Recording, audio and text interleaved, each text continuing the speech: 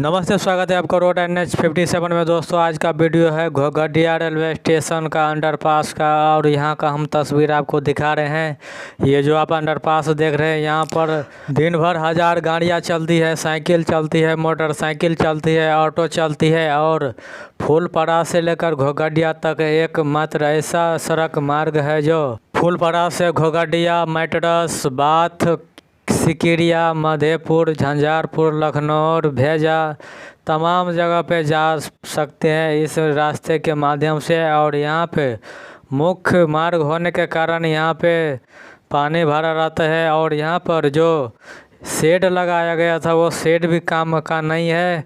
यहाँ पर एक नाली का, गटर का निर्माण होगा तभी इनका हल निकाला जाएगा। रेलवे ने इस स्टेशन पे जितना भी काम किया है वो सभी सही से किया है, और इनके ऊपर भी थोड़ा ध्यान देना चाहिए। यहाँ पर गटर नाली का काम निर्माण कर देना चाहिए। दोस्तों छोटा सा वीडियो कैसा लगा, चैनल को सब्सक्राइब, लाइक, शेयर कीजिए। जय हिंद, वंदे मातरम, जय बिहार।